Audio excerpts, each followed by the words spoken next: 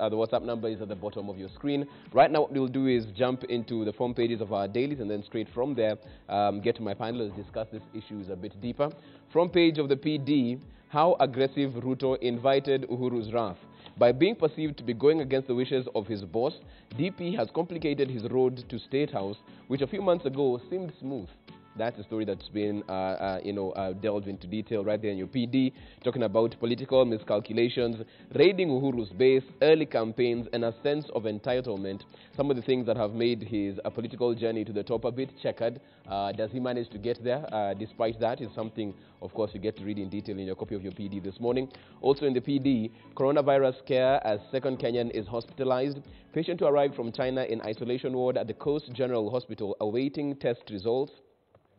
And that's a story that you can get in your copy of your People Daily this morning. We tell you every single morning right here, it is free. So please get it and get fully informed as to the stories right there. Move on to the Daily Nation now. Front page of the Daily Nation, there's no stopping me, Ruto declares. DP appears to contradict Uhuru on tours to launch development projects. Different scripts, says the Daily Nation. Deputy President asserts he will continue touring the country to launch development projects only 2 days after President Kenyatta said he would personally undertake the task because those he had entrusted with the role had betrayed him. That's a story that is on the front page of the Daily Nation. You can get more details of that right there. On the front page of the Standard, they're talking about the untouchables, wielders of power. Interior CS Matiang'i and his PS Kibisho are the president's trusted men to oversee government operations. Such is their clout that even DP Ruto complains about their power, about the power they wield. Previous governments also had such insiders, and they take us down memory lane talking about the different administrations and the powerful men behind them. You can get that story in your copy of the Standard. Also, the Standard shedding some light on President and Raila's flight to share handshake story. This is going to happen in the United States as they have an international lunch there at the U.S. Congress. You can get that story, of course, in your copy of your Standard this morning. Front page of the Star. Regional leaders battle to control BBI campaigns. Sorry, Dwale says BBI hijacked by political class, creating a lot of confusion. Governors fight rival kingpins over organizing BBI rallies. That's what the Star is running with this morning. Finally, front page of the Business Daily, state agencies surrender 78 billion shillings in surplus cash. Treasury data shows amount government firms surrendered in the July-December period was nearly double that to what was realized a year earlier. You can get that story, of course, in your copy of your your Business Daily, rather, this morning. As always, we want to get your views as well. You can tweet us at K24 TV as we get into the big stories of the day. Right from there, let me get to my panel, of course, as we dig a bit deeper as to what this means. Dennis Tumbi, very good morning to you. Good morning. Welcome back. Thank you so much. We also have Edward Onyonyi back for the second time. Good morning. Morning, sir. Good morning. And John Paul as well. Good morning. Good morning. Karibuni sana. Looking at the front page of the People Daily and the Daily Nation, how aggressive Ruto invited Uhuru wrath. Daily Nation, there's no stopping me, Ruto declares. And on the front page of the Standard, it's all about the untouchables, but still in reference to DP Ruto's claims that there's some people who are even more powerful than him. So yet another day with Ruto on 3 of the front pages this morning. But when you look at the story on the PD's front page, how aggressive Ruto invited Uhuru's wrath. Dennis, I'll come to you, because why would his aggression invite Uhuru's wrath? Because they're on the same party. Uhuru ostensibly should want his deputy party leader, once he takes control of the party, to be the one to lead the party, to the promised land. He would want an aggressive number 2. First of all, for me, this sounds like satire. Mm-hmm. You know, because I honestly don't see the deputy president as contesting with the president. I am absolutely shocked by his humility and patience. Mm-hmm. Because the war that has been meted against him and his faithfulness to the president. Now, absolutely, if I remember history well, and I have been a history I've been a history teacher, is that there are very few leaders that exemplify this kind of character and this kind of virtue. I have never seen a loyalist who has been beaten down and has been loyal to a leader as the deputy president. Because in regards to what is going on, the betrayal that has gone against him, he would have given up already. And I think they want to test him against all odds whatsoever. But I want to remind Kenyans that this is not a personalized war for Ruto. This has everything to do with even just political diplomacy, even just common sense, even just the virtue to keep promises, to keep your end and for me to keep my end. But most importantly, this has everything to do with the democracy of this country. Because changing a constitution and bringing in another form of government has nothing to do with DP Ruto. DP Ruto is a politician, he's a means to an end, he's not the end. You understand? We have a bigger dream in this country that we haven't even, we don't even know what 2020, you know, the 2030, what it is. Our vision is blurred because we have personalized these battles. They become, you know, this is something that we call scapegoating. And there's nothing as dangerous as scapegoating.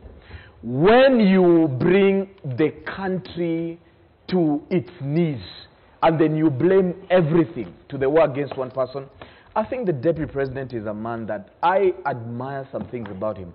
And that is the humility. And just the fact that he honors the president. Never has he stood in public and say and dishonor the president. And I think they want to push him to that corner. I mean, so for me, there are a few things to borrow. I mean, honestly. Because if I remember Kenyan politics, a lot of politicians have dishonored their heads. But this man, William Samoei Ruto, has stayed put under the president. Even when he launches projects, he says, it's for the president. So I don't know what is this aggressive and wrath, and why the president would have wrath against his vice, Dennis, who you has said been that, very faithful to the him. DP has been very loyal to the president. Do you think the president has been loyal to his deputy party leader? Well, he hasn't said it publicly, but you know, I would really want to interrogate the heart of the king, the heart of the president in this country. I'd want to interrogate his heart and say, the things that you promised DP Ruto, were you dishonest or somewhere along the way you changed course? When you're kneeling down praying with him, when you're holding hands and campaigning together, when you're saying kumi yangu na kumi yako, it doesn't, and I'm not talking about the fact that you have to actualize it, whatever it is, or it has to be in the constitution. Were you honest or dishonest? So I'd want to interrogate his heart, because it would be very unfortunate that primarily in the beginning there were any dishonest, that you can actually hold the hand of another Kenyan, another man who is entitled just the same as you, and look at him in the eye, say something else, and in the heart you're lying. So for me, the thing that will grieve me most, above anything else, will be the betrayal. Edward, I'll come to you, because even as you talk about the DP being very aggressive and trying to make headway in different areas, they talk about the DP raiding Uhuru's base. These are two people from the same party. Let us not forget that. The president is the party leader. The DP is the deputy party leader. How can he be raiding his party leader's base? Isn't it their base collectively? And funny enough, also before an election cycle, so raiding for what gain, at what time, for what issue, I think we need to appreciate that the nature of coalition politics in this country is really changing. And the fact that a party can actually just create like two centers of power, it also brings us to a question of, at what point do we start the election cycle? Do we start it immediately, just because there is, a term coming to an end?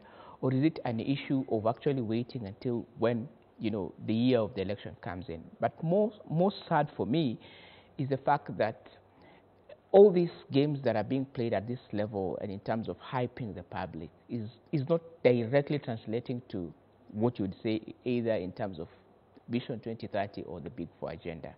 So you're spending so much energy at this level. I mean, there's so many things we need to be discussing in our country at this moment, rather than the Ruto versus Uhuru as it is, or as it were. Right. I find that is a loss of our precious time as Kenyans. Right. Nerima Wako, good morning. Welcome to the show as well. Thank you. As you can see, we are deep, of course, into what's going on. And the relationship between the number one and number two seems to be a fixation for very many Kenyans. And they've tried to put it to bed at least once.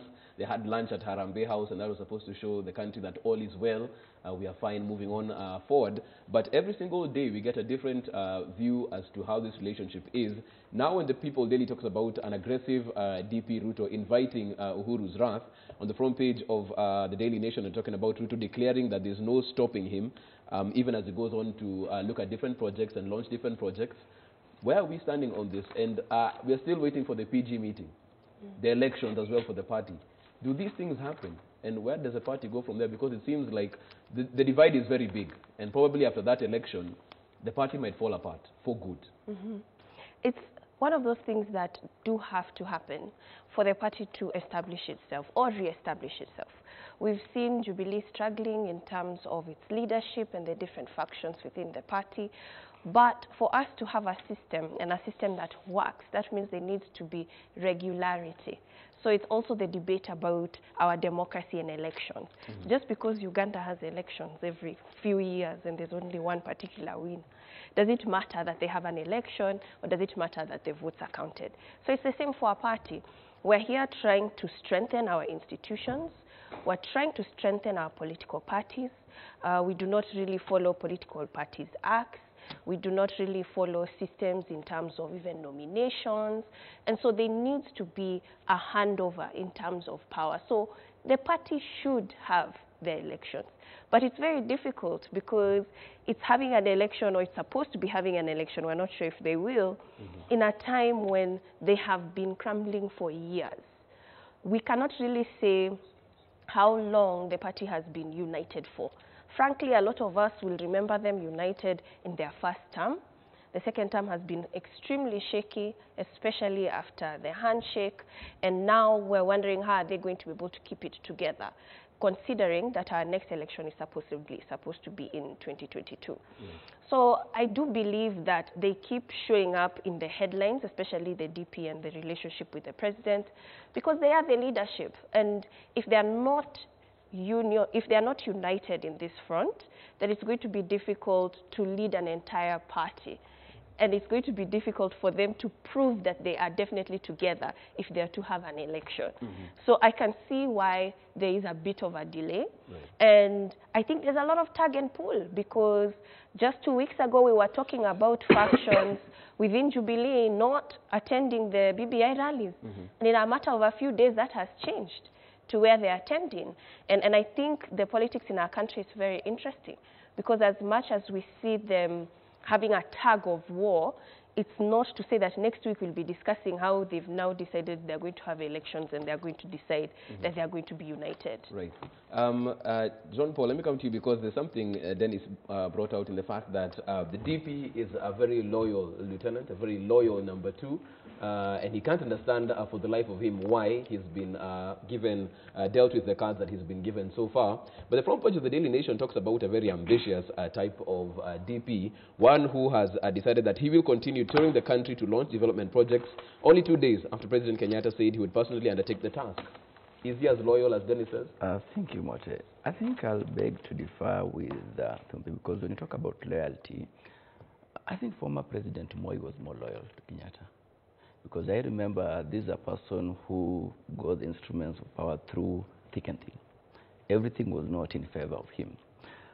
Secondly, the deputy president, to me, I feel if he was loyal enough, this is a person who was brought in the handshake. He was not part of the handshake, as we all know. But again, despite the president coming on board and saying that, hey, I've shook hands with the former prime minister, this is the way this is the route we are going to take. I think the deputy president should have taken, be on board and said, okay, now I support the handshake, because this is where the problem started. Has he supported the handshake? Because when we talk about, I know he's been talking about building bridges, but he also has to come out clear and say, I've supported the handshake from the word go. Yes, we have BBI, we have all these things coming to place. But I think to me, loyalty should not be the word, because we've seen circumstances where if the president says there's no campaigning, and you are going out there launching projects, because if you launch projects, the cabinet usually sits and approves some of these projects. He said that it's going to continue. Of course, constitutionally, as the deputy president, he has a task to do. But on what on what framework? Because cabinet approves so many of these projects. So is he going to launch shadow projects? Because if the president launches a 2 billion, 3 billion road today, and the same deputy president again goes to do the same. So I think there's a bit of clash. And to me, when you talk about later, I think there's still some disconnect between the two. And when you also say about keeping the promise, this is politics. And I think I like the way Dennis has said, is a student of history, politics has no morality. When you go way back, all this, like one of our friends, Italian guy, say that politics has no moral intention. So this is politics. So we have to expect all these things to happen. Right. Yes. And when you talk about the fact that at the end of the day, you feel that politics isn't moral in that particular regard, everyone heard it. It was a statement that was made in public.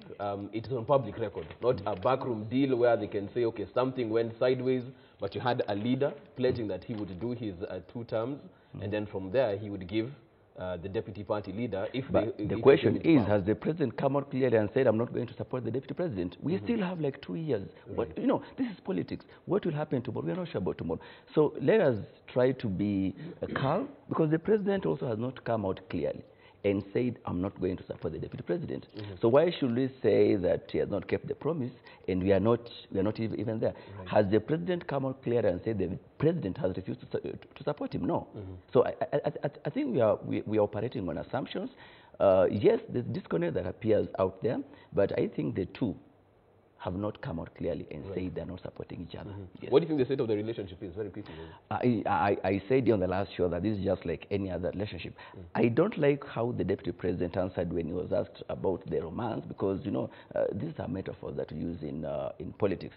To me, there's disconnect.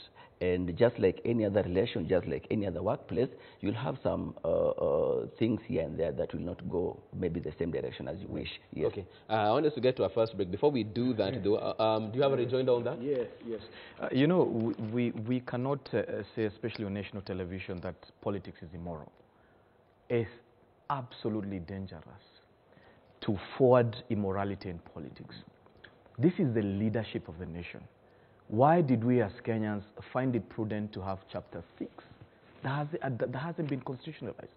We put value and virtue at a high premium, that for you to be a leader in this country, you have to be honest, you have to be prudent. In fact, you have to exhibit all the fruits of the Holy Spirit, if you'd like me to say that. We can't have liars leading us. We can't have thieves leading us. What kind of country are we going to be? I understand the value that countries are immoral, and when you say corruption must be individualized. It's a person who is corrupt. It is not a nation that is corrupt, because nations are immoral. In this country, we have good people. But do those good people find their way to the ballot box? You understand? So when you say that politics is immoral, then it is okay for us to vote in a drug dealer. It is okay for us to vote in a sexual offender. It is okay for us to vote in a thief. It's okay for us to vote in somebody who doesn't then put the promises through. We have to be very careful about the hearts, the character, and the mindsets of the people that we put in power. And that's why Chapter 6 of the Constitution is absolutely integral for us, even to make sure that we constitutionalize that. And we look at that as a person, not a system, because a system is people. You know, at the end of the day, if you want to kill corruption, you just remove people. You don't go and look at it in the system. It's a plug and play. Remove this person, put this other person. And to be very honest, if there's any disconnect, water stops to flow from the top. Water starts to flow from the top, period. Disconnection is usually from the top, never from below. Okay. And I keep on saying, this man has been faithful. Even not as a deputy president, even as a friend to the president, because it's history that we can track. So it would be very unfortunate, and the thing that Kenyans will decry will be his betrayal. If the president betrays the deputy president, that will be the issue. Very quickly, Edward, before you go into the break. I just don't think that we have to enjoin Kenyans in this relationship. Let the two of them sort themselves. Because at the end of the day, if we are going to make it seem like they have a certain level of monopoly in this, 10-10 it means that the vote of the Kenyan or the voice of the Kenyan is not there. Right. And that's why you are trying to say that, oh, let them just do it. I mean, we are not really concerned about their relationship, really. And so for me, I would say that we are giving too much oxygen for this relationship, that at this level we are supposed to be talking about, have they actually delivered their mandate? Okay, and we'll be coming to talk about that after the break, because as you can see, as far as the development record is concerned, there's no stopping me. Ruto declares President Kenyatta said he would personally undertake the task because those he had entrusted with the role had betrayed him. This, of course, as he launched a development project as well, a road on that particular front. We talk about that after the break. Has, development taken a back seat in place of the politics of the day? And how do you rescue Vision 2030 and the Big Four agenda that has 2 years to go? We talk about that and more after the break.